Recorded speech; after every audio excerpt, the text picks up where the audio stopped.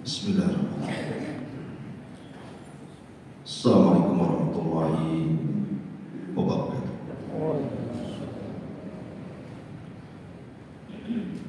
Alhamdulillah wassalatu wassalamu ala Rasulillah wa ala alihi wa sahbihi wa mawala wa la hawla wa la quwwata illa billahi wa ba'd. Alhamdulillah di pagi hari ini bisa salat dan juga salam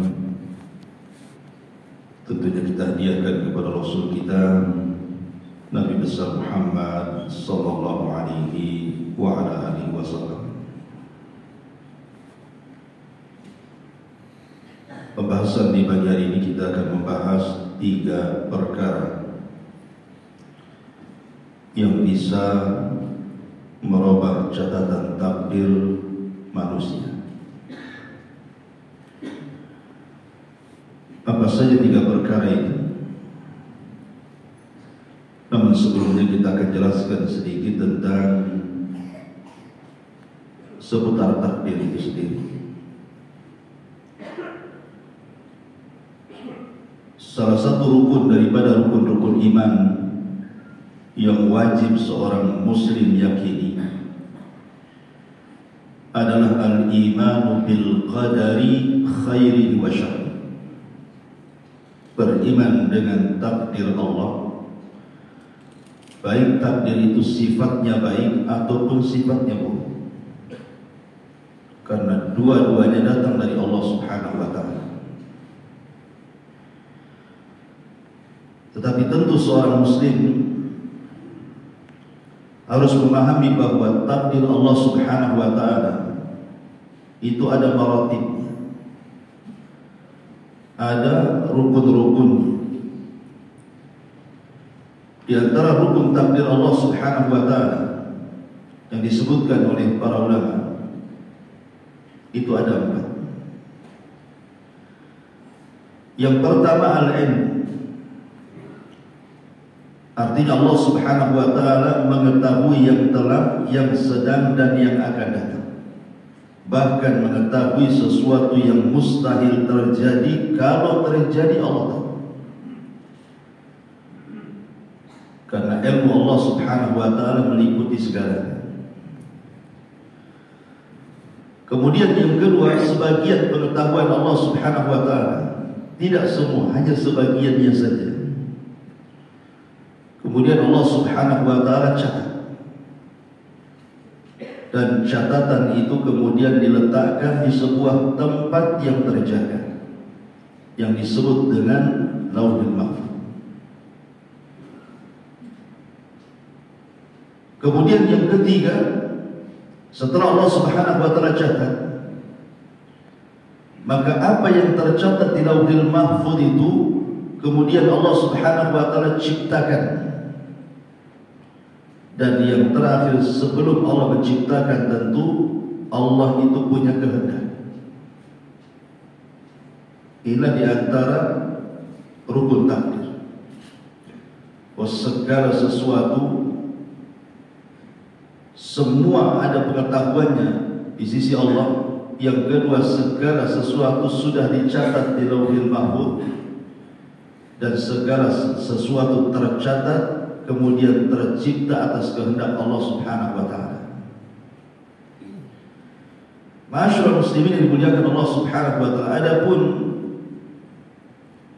takdir itu sendiri, ulama mengatakan bahwa ada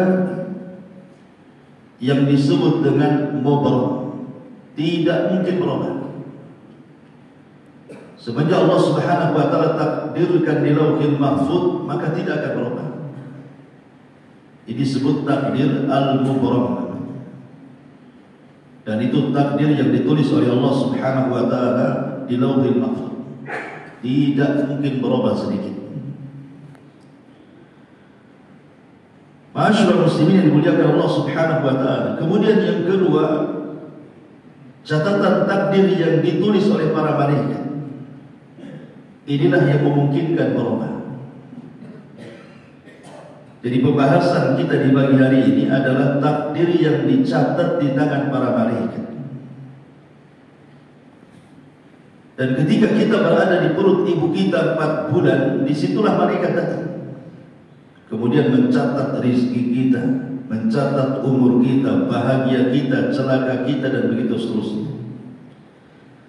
Inilah yang kemudian para ulama mengatakan bahwa yang memungkinkan berubah itu bukan yang di Lauhil Mahfuz, tetapi yang di catatan para malaikat. Dan ada 3 amalan atau 3 perkara yang bisa merubah takdir kita. Yang pertama, sebagaimana hadis Nabi Sallallahu Alaihi Wasallam, Nabi Sallallahu Alaihi Wasallam bersabda dalam sebuah hadis yang dikeluarkan Al-Imam Al-Hakim dalam Mustadraknya, dan hadis ini dihasankan oleh Syekh Nasiruddin Al-Albani rahimahullah ta'ala dalam kitabnya Jami' As-Sahih, dari hadis Aisyah radhiyallahu anha. Nabi sallallahu alaihi wasallam mengatakan, la yaruddul qada illa dua. Tidak ada yang bisa menolak takdir kecuali doa. Ma'asyiral muslimin yang dimuliakan Allah Subhanahu wa taala, kenapa doa itu bisa menolak takdir Allah Subhanahu wa taala? Perhatikan hadis yang lain. Kata Nabi sallallahu alaihi wasallam, la yughni hadarun min qadar. La yughni hadarun min qadar. Kata Nabi sallallahu alaihi wasallam, sikap kehati-hatian dan menghindar dari takdir tidak mungkin lepas dari takdir yang lain. Kadang ada orang yang menghindari kematian dengan sebab yang lain, ternyata mati pula dengan sebab yang lainnya lagi. Seperti yang terjadi kepada orang-orang yang terkena penyakit taun di zaman Bani Israel. Orang-orang yang selamat dari penyakit taun itu, mereka keluar dari tempat itu karena mereka menghindari wabah taun. Rupanya ketika mereka terhindar dari wabah taun, mereka pun turun ke lembah. Di lembah pula sudah dihadang malaikat maut. Tidak mati dengan taun, rupanya mati dengan takdir ajalnya memang sampai di situ. Itu namanya al-hadaru la yamna'ul qadar. Kemudian kata Nabi sallallahu alaihi wasallam, wa du'a yanfa'u mimma nazal wa mimma lam yanzil wa innal bala la yanzilu fayatalaqahu du'a fayahtalijani ila yaumil qiyamah. Kata Nabi sallallahu alaihi wasallam, sesungguhnya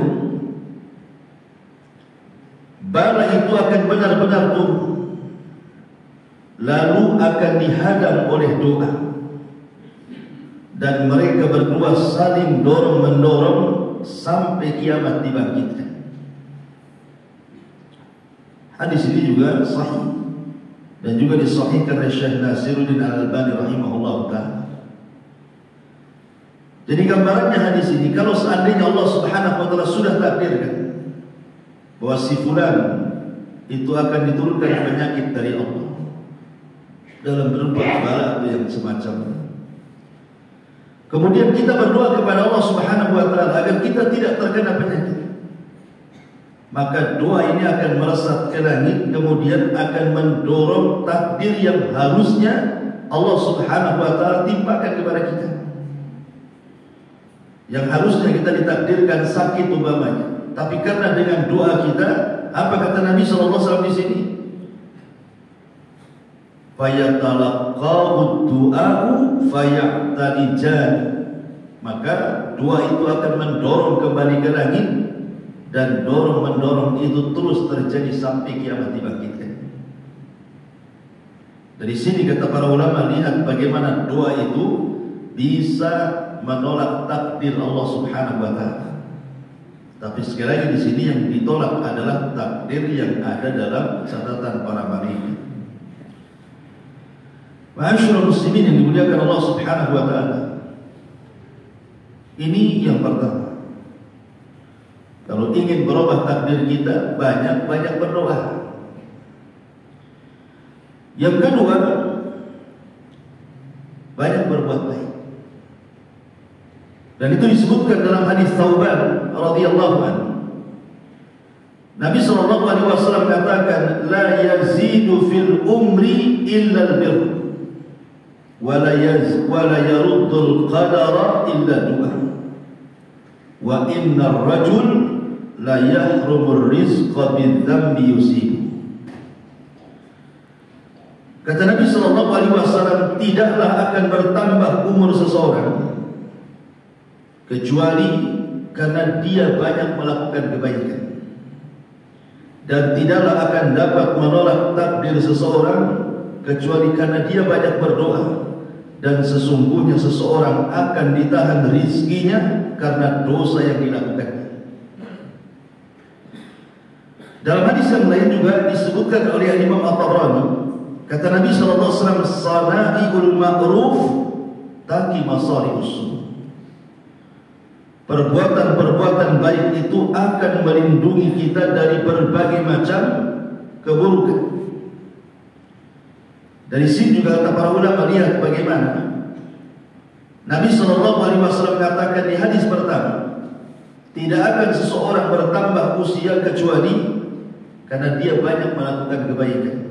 Dan hadis yang kedua, bahwa setiap perbuatan baik itu bisa mencegah keburukan yang akan menimpa. Menunjukkan di sini apa? Bahwa takdir itu bisa berubah. Takdir itu bisa berubah dengan kebaikan kita kepada manusia. Kita menolong manusia, meringankan beban manusia, dan begitu seterusnya. Bersedekah, maka itu salah satu bentuk bahwa Allah Subhanahu wa taala akan merubah takdir kita. Dan yang ketiga,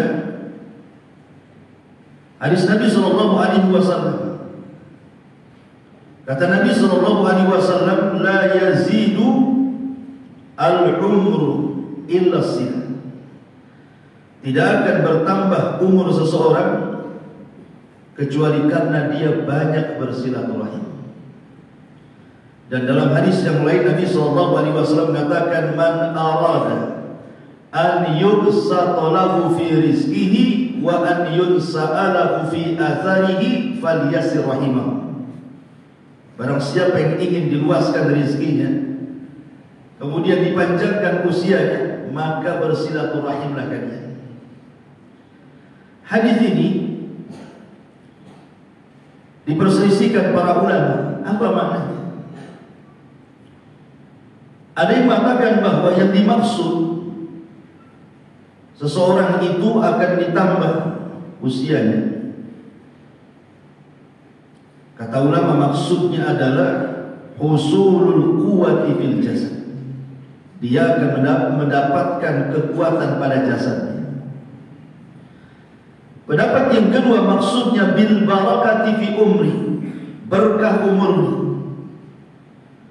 Ada juga yang mengatakan maksudnya baqa'u dzikrihil jamil ba'dal maut. Maksud panjang umur di sini bukan dari 10 tahun ke 20 tahun, maksudnya tetap dia meninggal di usia 10 tahun kalau seandainya otak juga 10 tahun. Tapi nama baiknya dikenang sepanjang zaman. Jadi seolah-olah tidak mati karena namanya disebut-sebut. Seperti kita lihat Abu Hurairah radhiyallahu anhu, sampai hari kita sebut-sebut. Pada orang yang sudah mati 14 abad yang silam. Tapi kata Al-Imam An-Nawawi rahimahullahu ta'ala, pendapat yang benar adalah yuktab umruhu muqayyadan bisyarti an yuqal in wasala rahimahu falahu kada wa kada. Kata Imam Nawawi, hadis ini dipahami secara zahir. Kalau seandainya kemudian Allah Subhanahu wa taala sudah catat di catatan malaikat kita, di catatan malaikat kita usianya 50 atau 60 tahun. Tapi karena kita banyak bersilaturahim, bisa saja Allah Subhanahu wa taala tambah lagi 10 tahun lagi. 50 jadi 60 atau 60 jadi 70 tahun. Kata Imam Nawawi rahimahullah taala, wa hadza hadzal qaulul akhir huwa rajih. Dan pendapat yang terakhir inilah yang benar. Jadi orang yang memperbanyak silaturahim pada kerabat-kerabatnya, maka itu bisa merubah takdir kita. Salah satunya takdir umur. Karena Rasul yang mengatakan barang siapa yang hendak dipanjangkan umurnya, maka silakan bersilaturahim. Maka orang yang banyak bersilaturahim, menurut catatan hadis ini dan menurut pendapat Imam Nawawi rahimahullah taala, bisa menambah usia kita. Ma'asyiral muslimin wal muslimat rahimani wa rahimakumullah. Berarti di sini ada 3 poin. Pertama, yang bisa menolak takdir adalah doa. Makanya jangan lupa berdoa. Yang kedua, yang bisa menolak takdir adalah perbuatan baik dalam bentuk sedekah, menolong orang, meringankan orang. Karena ada hadis Nabi SAW yang mengatakan, hassinu amwalakum bizzakati wa dawau mardakum bisadaqah. Kata Nabi SAW, lindungilah harta kalian dengan cara zakat, dan obatilah orang sakit di antara kalian dengan sedekah. Apa hubungan sedekah dengan sakit? Lain kalau seandainya Anda sakit kemudian minum pil gitu kan jelas tuh hubungannya. Karena dalam pil itu mungkin ada obat-obatan yang bisa meredakan penyakit kita. Nah, sedekah ini apa? Enggak ada hubungannya. Tetapi kata para ulama, lihat bagaimana perbuatan baik dalam bentuk sedekah ini bisa menolak takdir Allah Subhanahu wa taala. Yang tadinya Allah Subhanahu wa taala berikan bencana dalam posisi kita sakit, kemudian kita bersedekah, maka takdir sakit ini bisa berubah menjadi sembuh karena sebuah perkara yang disebut dengan sedekah. Tapi para ulama mengatakan, kapan seseorang itu bersedekah dan bisa menyembuhkan orang sakit? Apakah kemudian semata-mata kemudian kita niatkan harta ini, saya lagi sakit, kemudian saya sumbangkan, kemudian ya Allah setelah saya sumbangkan ini tolonglah sembuhkan penyakit saya? Maka ulama mengatakan ada 6 syarat. Kalau sedekah kita ini ingin mujarab untuk menyembuhkan penyakit, baru itu akan mencocoki hadis Nabi SAW, sana'iul ma'ruf taki masari asu. Bahwa perbuatan-perbuatan baik dari sedekah itu bisa mencegah hal-hal yang buruk yang akan menimpa kepada kita. Apa saja itu? Yang pertama, antakuna min kasbit thayyib. Jadi kalau kita ingin menyembuhkan penyakit dengan cara sedekah, pertama, harta yang disedekahkan itu betul-betul harta yang baik. Karena Allah Subhanahu wa taala baik, tidak menerima kecuali yang baik-baik. Innallaha thayyibun la yaqbalu illa thayyiban. Maka sedekahkan harta terbaik kita. Kemudian yang kedua, alla yufsid shadaqatahu bil manni wal adha. Jangan rusak amalan sedekah kita yang kita niatkan untuk kesembuhan penyakit kita, dibatalkan dengan al-man wal adha, dengan cara mengungkit-ungkit sedekah atau menyakiti orang yang disedekahi. Jangan sampai mengungkit sedekah kita dan jangan pula menyakiti orang yang kita sedekahi. Nanti sedekahnya itu percuma. Kemudian yang ketiga, antakuna ikhlasan lillahi azza wa jalla. Sedekahnya itu betul-betul dilakukan karena Allah Subhanahu wa taala, bukan karena yang lain. Kemudian yang keempat, antakuna lil aqaribi wa alaman yastahiqqu minal fuqara. Hendaklah betul-betul tepat sasaran sedekah dan dahulukan yang afdal, kemudian yang mafdul. Yang afdal dulu, kemudian di bawah, seperti kepada kerabat dekat kita dulu, baru kepada orang lain dari kalangan fuqara kaum muslimin. Kemudian yang kelima, wa an yukhfiya hendaklah sedekahnya disembunyikan, cukuplah kita dengan Allah yang tahu. Jangan ada yang tahu. Betul-betul sedekah itu yang tahu hanya kita dengan Allah Subhanahu wa taala saja. Kemudian yang keenam, yajibu an takuna as-sadaqatu bi niyati amalin khairi. Wajib sedekah itu ada niat untuk melakukan amal kebaikan dan mencari ridha Allah. Baru terakhir kita niatkan sedekah ini untuk menyembuhkan penyakit. Jadi setelah kemudian perkara-perkara itu kita lakukan, baru terakhir niat sedekahnya itu untuk menyembuhkan penyakit. Inilah kesalahan kenapa kemudian ketika memahami hadis dawa mardakum bisadaqah, obati orang sakit kalian dengan sedekah. Kemudian kita hanya bersedekah dengan niat kesembuhan, itu tidak akan menyembuhkan. Karena niatnya saja bukan karena Allah, karena kesembuhan. Maka jangan sampai ketika kita bersedekah itu niat kesembuhan diawalkan. Jangan dulu, lillahi ta'ala dulu. Ya, poin-poin tadi lakukan dulu, baru terakhir bahwa niat sedekah kita ini ya Rabb untuk kesembuhan aku. Nah ini yang kedua, terkadang kebaikan-kebaikan itu bisa menolak takdir. Bahwa sakit itu takdir, tetapi takdir sakit itu bisa diangkat dengan perkara yang lainnya. Apa itu? Sedekah. Ma'asyiral muslimin yang dimuliakan Allah Azza wa Jalla. Kemudian juga yang terakhir adalah silaturahim tadi. Setelah kita tahu bahwa tiga perkara ini bisa menolak takdir Allah Subhanahu wa taala, Syekhul Islam Ibnu Taimiyah rahimahullah taala mengatakan, ingat sekali lagi beliau mengatakan bahwa yang berubah dari takdir itu hanya dalam catatan malaikat. Dan malaikat pun tidak tahu. Dan Allah yang tahu. Malaikat itu hanya mencatat saja. Tiba-tiba kemudian Allah Subhanahu wa taala perintahkan catatannya untuk dirubah. Tetapi khusus Lauhul Mahfuz, kata para ulama, itu takdir mubrah, tidak mungkin berubah. Yang berubah itu ada di catatan para malaikat. Lalu apa hikmahnya beriman dengan qada dan qadar Allah Subhanahu wa taala? Yang pertama, annahu min tamamil iman wa la yatimul iman illa bidzalik. Iman dengan takdir Allah Azza wa Jalla adalah sebuah kesempurnaan iman.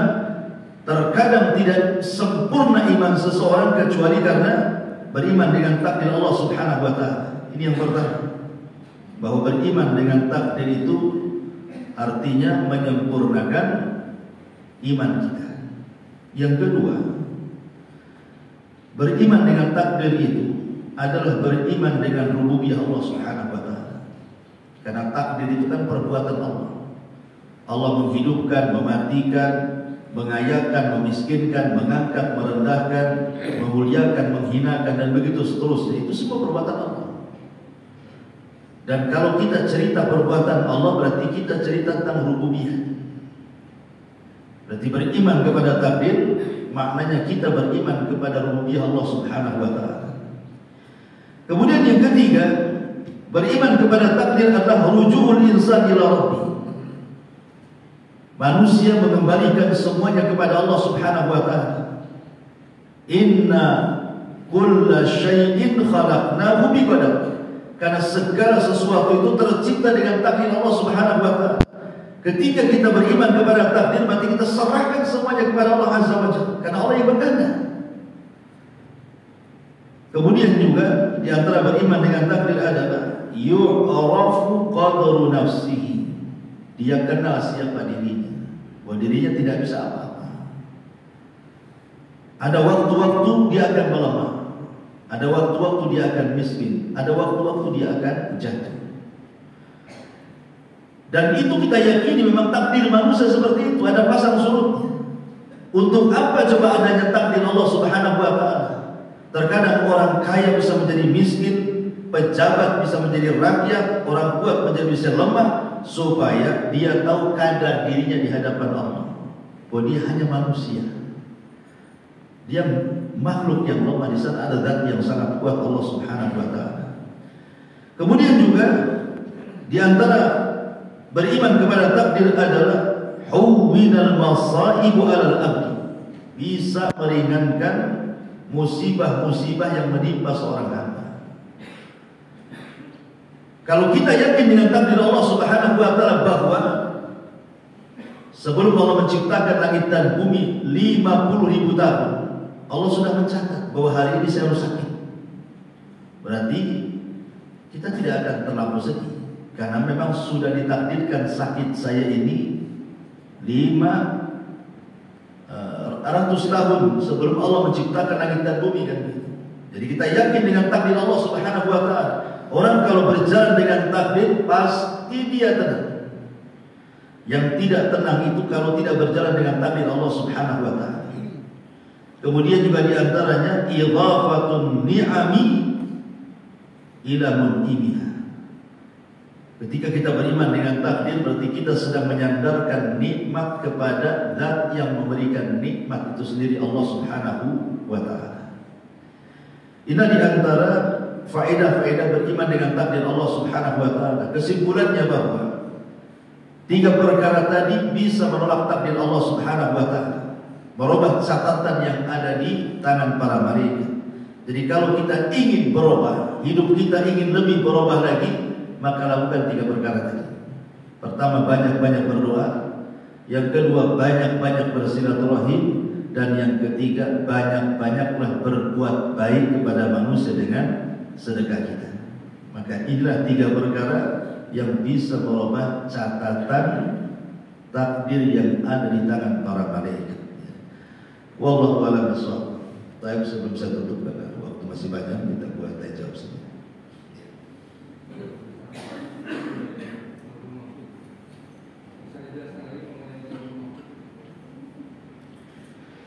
Lauhul Mahfuz adalah makhluk Allah Subhanahu wa taala. Lauh itu papan, mahfuz itu terjaga, papan yang terjaga, itu bahasanya. Bahasa Arabnya lauh al-mahfuz, 2 kata. Saat Allah Subhanahu wa taala menciptakan makhluk yang namanya kolam, terjadi kita silang pendapat, apakah kolam dulu yang Allah ciptakan ataukah arsy dulu yang Allah ciptakan? Panjang para ulama membahas soal mana yang lebih dulu diciptakan Allah. Ada yang mengatakan arsy, ada yang mengatakan kolam. Tapi jumhur mayoritas ulama mengatakan bahwa arsy adalah makhluk yang pertama kali diciptakan sebelum ada makhluk. Baru setelah itu pena, kolam.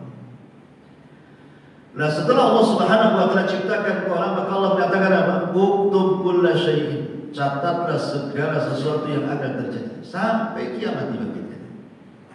Maka mulailah kolam mencatat apa yang Allah firmankan kepadanya, dan dicatat di Lauhul Mahfuz sampai akhirnya kolam pun habis tintanya dan sudah kering.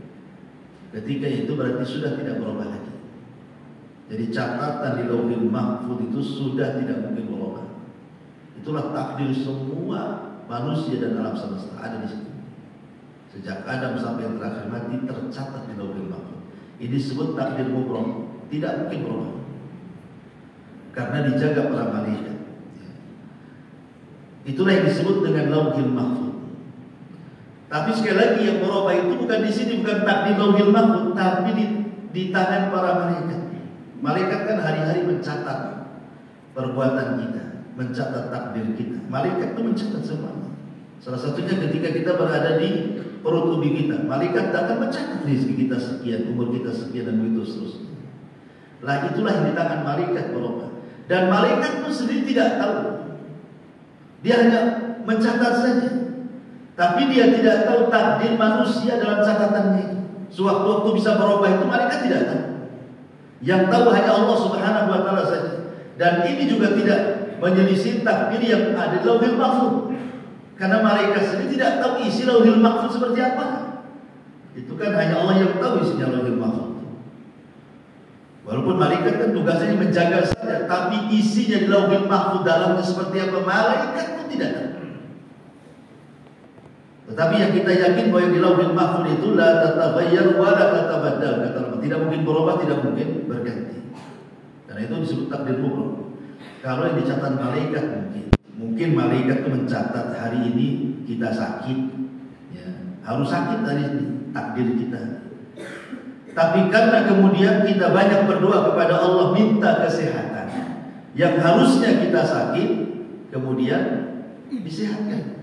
Dua-duanya takdir, sakit takdir, sehat juga takdir. Tetapi tadi hadis Aisyah radhiyallahu anha mengatakan bahwa ketika Allah sedang memberikan penyakit, menurunkan penyakit kepada kita, karena kita berdoa, maka doa yang mendorong penyakit ke langit balik lagi ke atas, sehingga tidak terjadi kepada kita. Kata Nabi SAW, "Fayatalaqqani fayaqtalijani ila yaumil qiyamah." Maka doa dan bala itu akan saling dorong-dorongan sampai kita. Di sini kata ulama bahwa doa itu bisa menolak takdir Allah Azza wa Jalla. Tapi sekali lagi yang ada di catatan para malaikat. Allah. Silaturahmi itu dengan siapa saja, dan apakah saudara tiri termasuk silaturahmi? Iya. Silaturahim. Silah itu artinya menyambung. Rahim itu yang ada kaitan dengan rahim. Berarti keluarga. Kalau dengan orang lain bukan silaturahim, ukhuwah Islamiyah, persaudaraan. Tapi ini keluarga. Ya, keluarga itu kan ada ke atas, ada ke bawah, ada ke samping kiri, samping kanan. Ke atas ya orang tua, kakek, buyut, dan terus sampai ke atas. Kalau nyayap ke kiri kanan ada paman, ada bibi, kan ini, bibi dari bapak, bibi dari ibu, kan ini. Ataupun nanti mencakup saudara, saudara kandung, saudara seibu, saudara sebapak. Kalau ke bawah ya anak, cucu, cicit. Itulah namanya rahim. Ya bisa juga, karena kan nomor 2 juga termasuk. Tapi dia tidak termasuk rahim. Dia mertua ini mungkin menjadi mahram ini karena kita menikahi anaknya, dan itu disebut mahram mu'abbad. Dengan semata-mata menikahi anaknya, maka ibunya menjadi mahram dengan kita selamanya. Kalau kita menggauli anaknya, walaupun kita sudah menceraikan. Ya, saya menikah, kemudian saya gauli istri saya, maka ibu istri saya jadi mahram saya. Kemudian saya ceraikan dia, ya, maka ibunya tetap mahram walaupun sudah diceraikan, karena disebut mahram mu'abbad. Karena kita sudah menggauli anaknya, itu disebut mahram mu'abbad. Kita tidak boleh menikahi ibunya kecuali kalau kita menikahi anaknya belum digauli, diceraikan. Rupanya lebih suka sama ibunya, ada apa-apa. Ya tapi bego kali. Kau pilih yang tua. Allah.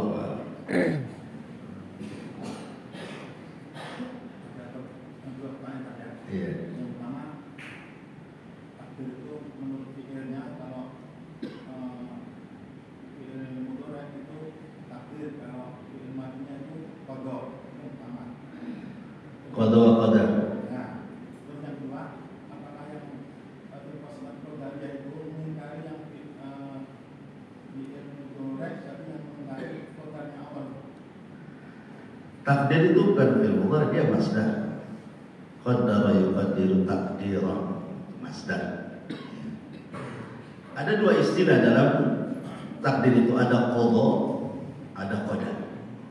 Apa itu qada, apa itu qadar? Ada yang mengatakan ini adalah kalimat yang sama sebenarnya. Ya qada ya qadar, qadar ya qada. Ada juga yang menyamakan. Tapi ada yang membedakan maknanya.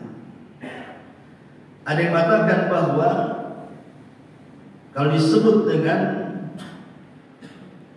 qadar itu sesuatu yang tertulis di Lauhil Mahfuz. Ada juga yang membalik, qada yang tertulis di Lauhil Mahfuz. Adapun eksekusinya di lapangan, umpamanya dalam catatan itu ditakdirkan dia sakit, sudah dicatat sakit. Tapi eksekusi sakitnya kapan kan enggak? tiba-tiba kemudian hari-hanya jatuh sakit, itu disebut qadar. Qadanya di atas, qadarnya di bawah. Ada yang kembali.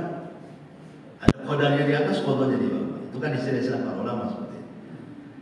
Jadi maksudnya qada dan qadar itu yang satu tertulis lauhul mahfuz, yang satunya eksekusinya ke bawah.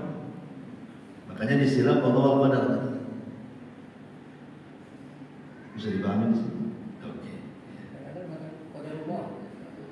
Ya qadar Allah sudah dicatat berarti. Ya sekarang itu sudah kalimat yang dibolak-balik ya. Seperti kalimat Allah dengan Rabb. Kalau berjumpa itu beda makna. Kalau terpisah satu makna. Karena dalam bahasa Arab itu ada yang idza istama iftaraqa wa idza iftaraqa istama. Bahasa Arab. Ada kalimat yang kalau berkumpul beda pula maknanya. Tapi kalau terpisah sama pula maknanya. Nah, seperti qada wal qadar tadi. Kalau berkumpul qada wal qadar ya qada ya qadar, qadar ya qada. Tapi kalau dipisah itu beda lagi. Qada sendiri maknanya, qadar sendiri maknanya. Ada yang mengatakan qada itu sesuatu yang tercatat di lauhul mahfuz, qadar itulah eksekusinya ke bawah. Nah, seperti itu. Wallahu a'lam. MUI mengeluarkan kita nggak boleh membeli barang-barang Produk. Itu kebutuhan yang kita butuh setiap hari itu gimana? Boykot. Ya. Boykot itu sudah. Kita nggak bisa pakai. Ya sekarang begini, waktu video muliakan Allah Azza wa Jalla. Ketika kita cerita boykot secara umum, baru boykot secara khusus. Boykot secara umum kepada orang-orang kafir mustahil. Karena kebutuhan kita sendiri tidak lepas dari barang-barang produksi kafir. Mulai dari mobil, motor, handphone, apa semua kan. Ini kan produk-produk orang kafir. Kemudian yang secara khusus produk boikot kepada kafir harbi. Yang dibedakan ya, ada kafir saja, tapi tidak memerangi kita. Ada kafir harbi, dia memerangi kita. Harus dibedakan di sini. Ini memang produk kafir, tapi kafirnya tak memerangi kita, bersahabat pula dengan kita. Nah, ini tidak ada masalah. Karena Nabi SAW juga bermuamalah dengan orang-orang Yahudi. Jual beli dengan orang-orang Yahudi, menggantikan baju besi dengan orang Yahudi, tidak ada masalah. Yang jadi masalah itu adalah ketika si kafir itu memerangi kita. Seperti sekarang nih, orang Zionis Yahudi memerangi Palestina. Apa kemudian kita rela kita membeli bahan, kemudian uangnya dikirim ke Israel untuk membantai saudara kita di sana? Kan logikanya tidak masuk kalau kita rela. Nah, cuma masalahnya sebagian para ulama mengatakan seperti yang difatwakan Syekh Utsaimin rahimahullah taala. Beliau mengatakan bahwa memboikot sebuah barang itu manutun bil maslahatil imam. Itu tergantung kepada maslahat sebuah negara. Dia maslahat sebuah negara. Tak bisa kemudian kita serukan pribadi kita, gitu maksudnya. Itu masalah sebuah negara. Nah, ketika kemudian ini manutun bimaslahati al-imam, tergantung dengan kemaslahatan negara, berarti negara lah yang tahu maslahat dan madaratnya.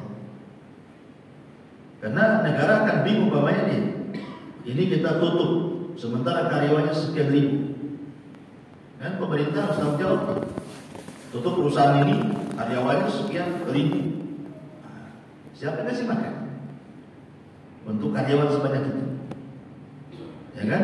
Pasti pemerintah itu punya kebijakan kan gitu. Sehingga banyak negara-negara Arab hari ini pun tidak ada yang memboikot minyak kan? Ke Israel dan begitu seterusnya. Karena juga masalahnya kan, dan madaratnya di sini ditimbang. Tapi kalau untuk pribadi kita sendiri gitu kan, ya kita harus boikot kalau kita sanggup. Ke pribadi-pribadi ya. Kayak aku mau boikot saja. Saya dukung 100%. Boikot saja. Masalahnya Ustaz, produk Israel murah. Nah, produk lain pula mahal. Contoh namanya susu. SDM murah, mau media sur pula mahal pula kan gitu. Contohnya seperti itu. Karena hampir produk-produk dari mereka itu murah pula gitu. Dan hari-hari kita dihajar di situ kan. Tapi kalau memang kita yang berazam untuk menolong saudara kita, tidak usah kita pakai. Itu pribadi-pribadi kita ya. Tapi kalau untuk menyuruhkan secara umum itu tugasnya pemerintah. Dan kita bersyukur kepada Allah Azza wa Jalla. Rupanya MUI sudah mengeluarkan fatwa. Ada yang makin kuat kan untuk menyuruhkan boikot itu. Karena apa yang bisa kita lakukan coba selain boikot? Setelah doa, membantu dengan sedekah, menyebarkan berita baik, ya, itulah dengan cara boikot menolong saudara kita. Nggak ada dengan cara yang lain. Ya, supaya kemudian ada dampak. Ya wallah apa dengan boikot ada dampak, pasti ada dampak. Nggak mungkin ada dampak kan itu. Namanya itu penghasilan mereka. Jadi kalau ke pribadi saya sarankan boikot saja. Tapi kalau seandainya kalau sudah mencakup perusahaan ya itu urusan negara kan itu. Siapa kita memboikot perusahaan? Wallah. Ya. Antara usaha atau tidak maksimal dengan takdir. Memang menggabungkan dua hal ini yang kita tidak sendiri karena sebagian orang dengan usaha maksimal dia kalau memastikan takdirnya. Antara takdir doa dengan mengambil sebab itu memang. Iya maksud gitu. Usaha atau ikhtiar maksimal. Ikhtiar maksimal dengan takdir. Hukum kaitnya. Ya, karena sebagian orang ketika dia berusaha maksimal, seolah-olah dia bisa memastikan takdirnya. Oh, ya sebenarnya sih tidak ada yang tahu masa depan kita seperti apa. Tetapi ada kaitan doa dengan usaha. Itu kan doa dengan usaha itu tidak lepas daripada takdir sebenarnya.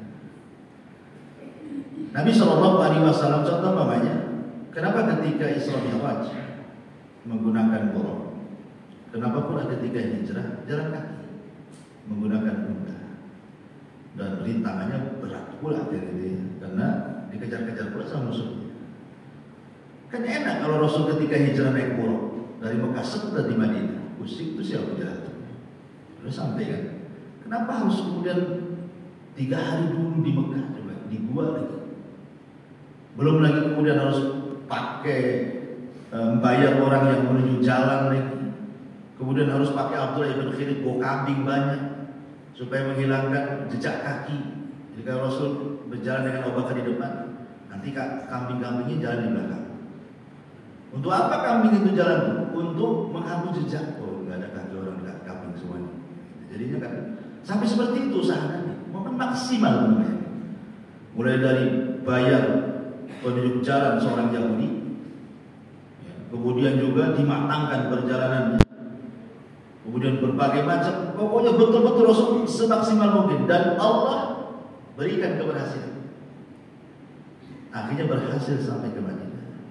Kata Allah mengatakan, ketika seseorang itu akhdhu bil asbab, mencari sebab dengan betul-betul terukur, memang betul-betul dia mencari sebab, maka terkadang dengan sebab yang sungguh-sungguh itulah orang mendapatkan sebuah hasil dari usahanya. Tetapi ini pun tidak bisa memastikan, karena bagaimanapun banyak kok orang yang skillnya sudah ada, modalnya sudah ada, peluangnya sudah ada, ketika betul-betul terjun tidak berhasil juga dia. Banyak, tidak semua berhasil. Artinya kan tidak tahu juga takdir kita seperti apa. Tapi karena kita banyak berdoa kemudian usahanya full, tadi sudah saya katakan doa bisa merubah takdir. Makanya dengan usaha yang keras, dengan dicampur dengan doa kepada Allah Azza wa Jalla, rata-rata mereka berhasil. Karena doa sendiri bisa merubah takdir. Takdir dari catatan para malaikat. Tapi kalau seandainya tidak berhasil pun itu sudah takdir juga kan itu. Dua-duanya takdir, berhasil takdir, tidak berhasil juga takdir. Dua-duanya takdir Allah. Karena takdir itu tidak mesti baik, ada juga takdir yang tidak baik gitu ya. Dua-duanya takdir Allah Azza wa Jalla. Ya wallahu a'lam. Jadi ketika usaha semaksimal untuk sebuah keberhasilan itu kan di situ terselip doa, tidak mungkin nggak ada doa, pasti ada doa. mudah-mudahan dengan ini saya sukses kan gitu ya. Pasti ada doa dalam hati itu ingin berhasil itu kan. Itu doa juga, tidak mesti doa itu kan dipanjatkan di masjid. Nah, hati kita ini meminta kepada untuk berhasil itu sudah dianggap doa. Kemudian kita berusaha mengambil sebab semaksimal mungkin, itu juga bagian akhdhu bil asbab. Tapi sekali lagi kesalahan orang itu jangan sampai lebih menyandarkan kepada akhdhu bil asbab dibandingkan tawakal. Sebab kalau seandainya orang disandarkan kepada akhdhu bil asbab, kemudian dia tinggalkan tawakalnya, bisa jatuh kepada syirkul asbab. Sedikit kecil. Ya. Jadi jangan kemudian lebih menyandarkan kepada sebab, sandarkan kepada yang membuat sebab, Allah Subhanahu wa taala. Sandarkan kepada Allah, baru jadi sebab. Bukan ke sebabnya dulu. Contoh Bapak. Ada orang sakit, kemudian dia minum obat, minum jamu, ke dokter, ke apotek cari obat. Dia hanya mengambil sebab saja, tapi tawakalnya tidak ada. Ini salah. Menyandarkan penyakit kepada obat untuk kesembuhan, menyandarkan penyakit kepada dokter untuk kesembuhan, ini salah. Karena yang memerlukan penyakit Allah, yang menyembuhkan juga Allah. Jadi sandarkan dulu kepada Allah Subhanahu wa taala, baru mencari sebab, itu maksudnya. Jangan sampai kemudian kita menyandarkan kepada sebab lebih besar dibandingkan tawakal kita kepada Allah. Ini jatuh kepada kesyirikan. Nah, itu yang harus dipahami dalam dunia usaha seperti itu. Tetap tawakal kepada Allah, cari sebab, berdoa, ikhtiar. Ya, soal hasilnya seperti apa ya serahkan kepada Allah. Wallahu a'lam. Ya. Kaitannya bagaimana mengenai takdir pada Lailatul Qadar di salah amal yang dimalaikkan sebelum. Ya, takdir itu kan ada macam-macam. Ada yang disebut dengan takdir mutlak, yaitu disebut takdir yang di Lauhil Mahfuz. Ada yang disebut dengan takdir as-sanawi, takdir tahunan, dan itulah di malam Lailatul Qadar. Jadi setiap malam Lailatul Qadar itu takdir kita akan didaur ulang kembali untuk setahun yang akan datang. Dia hanya setahun saja. Nanti tahun depan lagi Lailatul Qadar lagi, berubah lagi, terus setiap tahun. Jadi takdir sanawi, yaitulah takdir yang dicatatkan malaikat ini. Ya, jadi malaikat akan mendaur ulang kembali catatan kita, takdir kita itu setahun yang akan datang. Tapi untuk takdir mutlak itu tidak bisa berubah, karena itu sudah dicatat Lauhul Mahfuz. Kan? Adapun takdir ya, tadi takdir yang umri seperti di perut ibu kita, atau takdir di malam Lailatul Qadar dan begitu seterusnya, itu semua catatan malaikat. Nah, itulah takdir yang akan berubah. Tadi yang saya katakan dengan doa, dengan silaturahim, dengan sedekah, gitu ya. Nah, itu bisa berubah takdir itu. Wallahu a'lam. Ya, sebelum saya tutup, semalam saudara kita meninggal dunia, Bang Karim, ya. Dan jam 1 sudah saya mandikan semalam, jam 1 sampai jam 2, dan rencana penguburannya itu jam 10 di Tamiang, gitu ya. Jadi juga karena juga wasiat dari keluarga supaya diumumkan ke iwan-iwan yang barang kali di antara ada waktu jam 10, bisa lah itu dikuburkan di kuburan di Tamiang. Ya. Dari sini dekat juga bagian ada waktunya, karena ini juga bagian daripada mencari pahala 1 kilo. Karena kalau ingin menyolatkan ya dapat 2 kirat kan ini ya. Ya, mungkin dari sini ikut penguburannya saja dapat 1 kirat. Alhamdulillah 1 kirat itu kan 1 gunung Uhud ya, besar itu pahalanya kan.